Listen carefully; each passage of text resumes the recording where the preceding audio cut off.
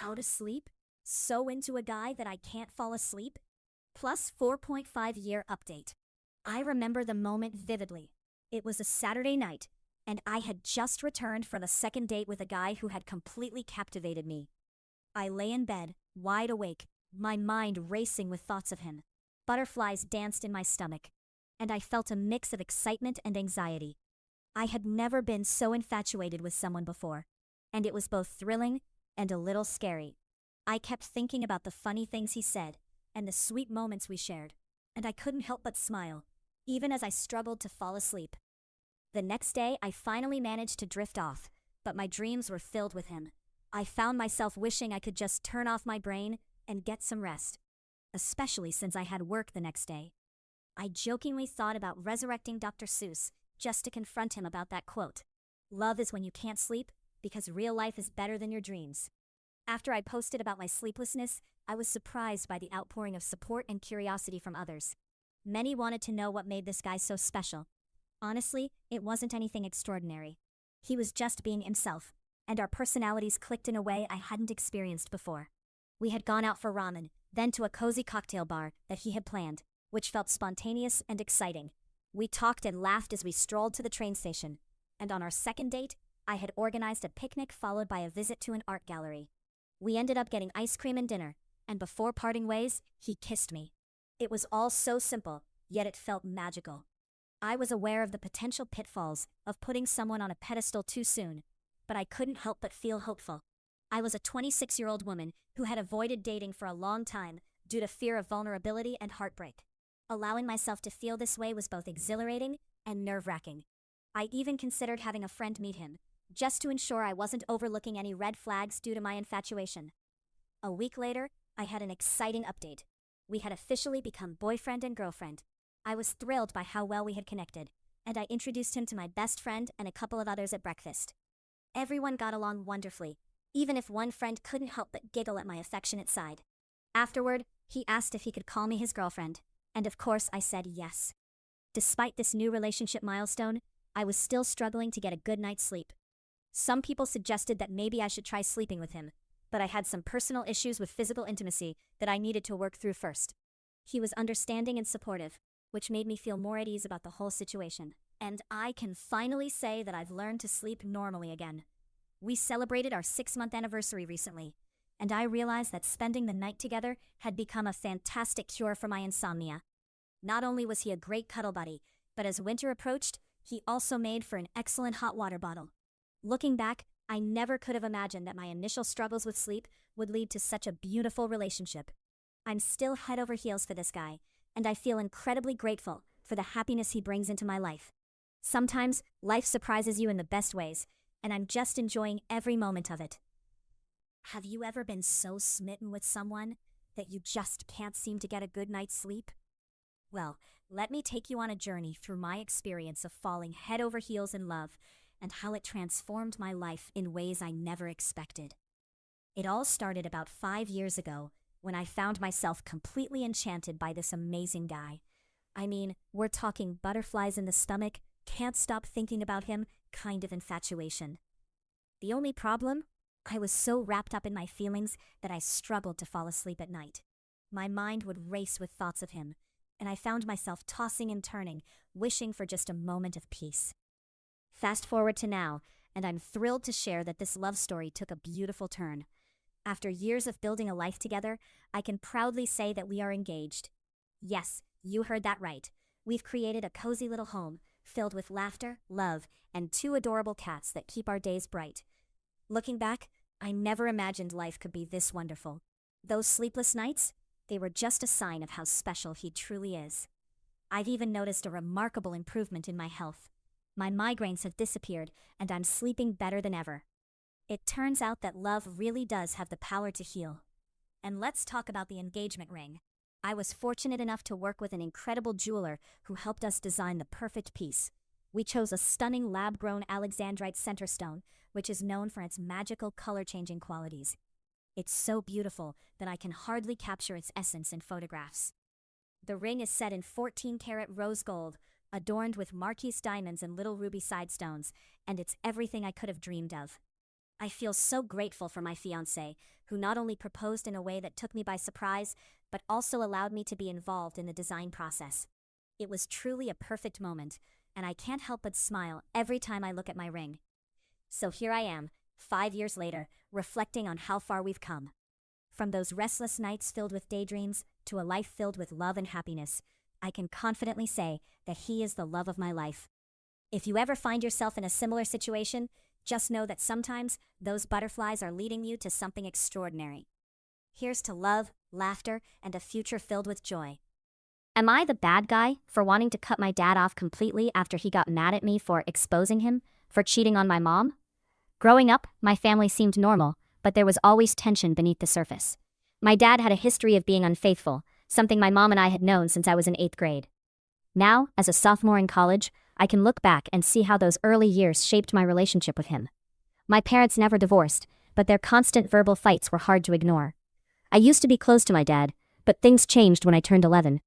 He began making inappropriate comments and treating me more harshly, insisting I needed to grow up. My parents thought it was just a phase, but I struggled with my mental health, even resorting to self-harm. By the time I reached high school, I was planning my escape. I worked multiple jobs to save money, and my mom supported my plan in secret. Things escalated when he physically hit me during one of our arguments. That was the turning point. I told him if he didn't stop, I would start hitting back. After graduating high school, I moved to New York City, cutting off contact with him entirely. Recently, I returned home for my younger sister's birthday. She had been looking forward to celebrating with me, and despite my reservations about seeing my dad, I wanted to be there for her. The day of the party, my mom picked me up, and I learned that my dad was upset about not being invited. The party itself went well, but he spent the entire time bombarding my mom with texts, which distracted her from enjoying the day. The following day, I went out with friends to a local bar. While there, I spotted a man who looked suspiciously like my dad, surrounded by 2 younger girls. I texted my mom to check if he was home, and she informed me that he had left, claiming he needed a break from the toxic environment at home. My gut told me something was off, so I snapped a picture of the trio and sent it to her. She responded with disappointment rather than anger, which only fueled my resolve. Feeling bold, I approached my dad at the bar and confronted him about his infidelity.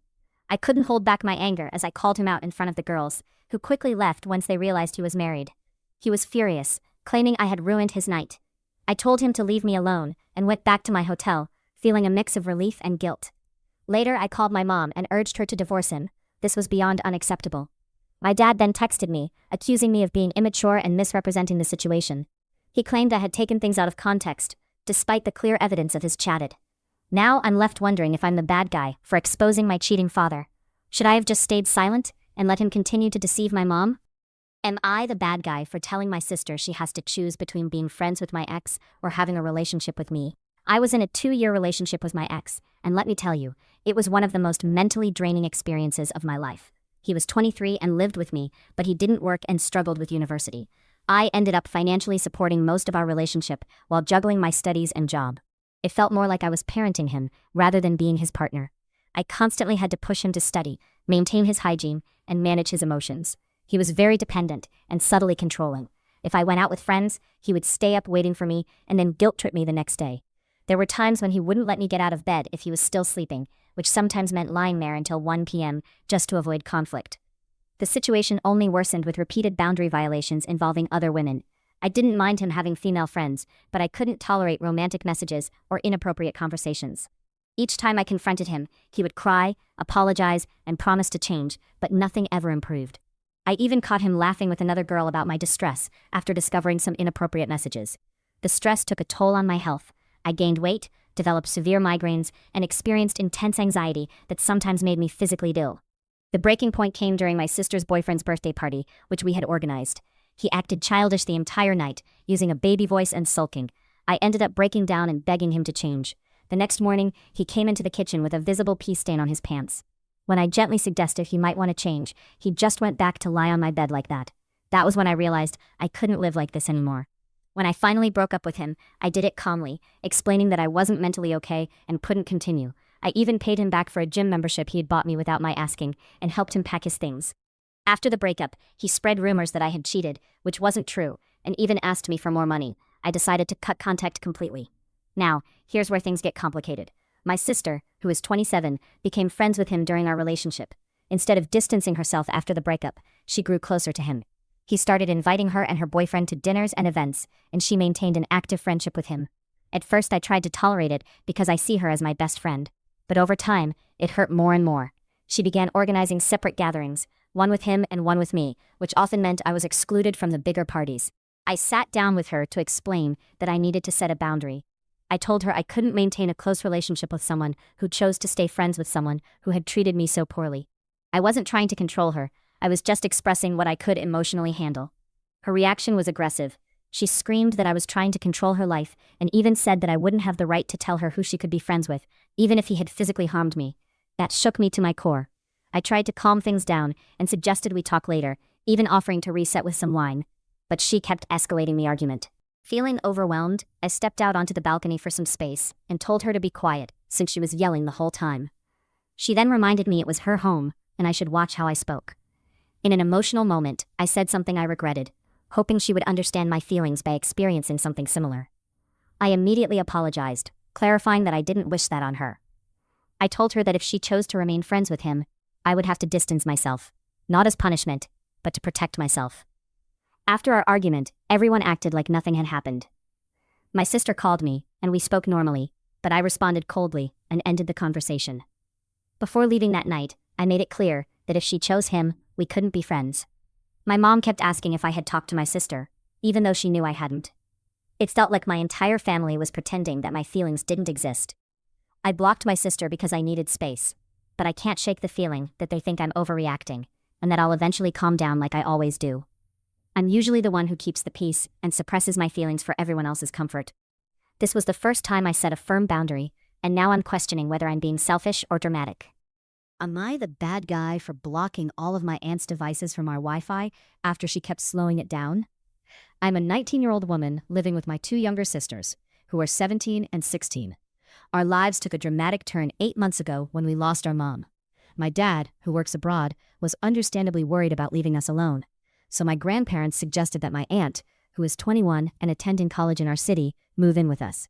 It's a bit of a unique family situation, since my grandparents had my dad when they were quite young, and then had my aunt when my dad was already in his 20s. When my aunt moved in about a month after our mom's passing, my dad had to leave for work again, leaving the four of us to navigate this new reality together. My sisters and I adjusted surprisingly well, thanks to our mom's teachings on responsibility and self-sufficiency. We took on chores and managed our household without much trouble. However, my dad's main concern was that we needed an adult to look after us, even though we were handling things just fine. The real issue arose with our Wi-Fi. While it wasn't terrible, it definitely slowed down when too many devices were connected. Before she moved in, we would disconnect devices we weren't using, but now the connection was noticeably worse. I found it frustrating because I couldn't even FaceTime my dad without interruptions, and my sisters faced similar issues with their schoolwork. I tried to communicate with my aunt about this multiple times, asking her to disconnect devices she wasn't actively using, but she always brushed me off. Today, I reached my breaking point. I walked past my younger sister's room and heard her crying. When I went in, she was sobbing on her bed with my laptop open. It broke my heart to see her like that, especially since it hadn't even been a year since our mom passed. She told me she couldn't submit an online assignment because the Wi-Fi kept cutting out, and all her pent-up grief and stress came pouring out. After comforting her, I felt a surge of anger. I went to my room, logged into the Wi-Fi admin settings, and blocked all of my aunt's devices from the network. I knew it was a petty move, and I could have handled it differently, but I felt like she was being inconsiderate despite my repeated requests. My sisters and I were already dealing with so much, and I wanted to protect our space. Now I'm left wondering if I went too far by blocking her devices without warning. I know I could have approached the situation more calmly, but in that moment, I felt justified in my actions. Was I really in the wrong for trying to create a better environment for my sisters and myself?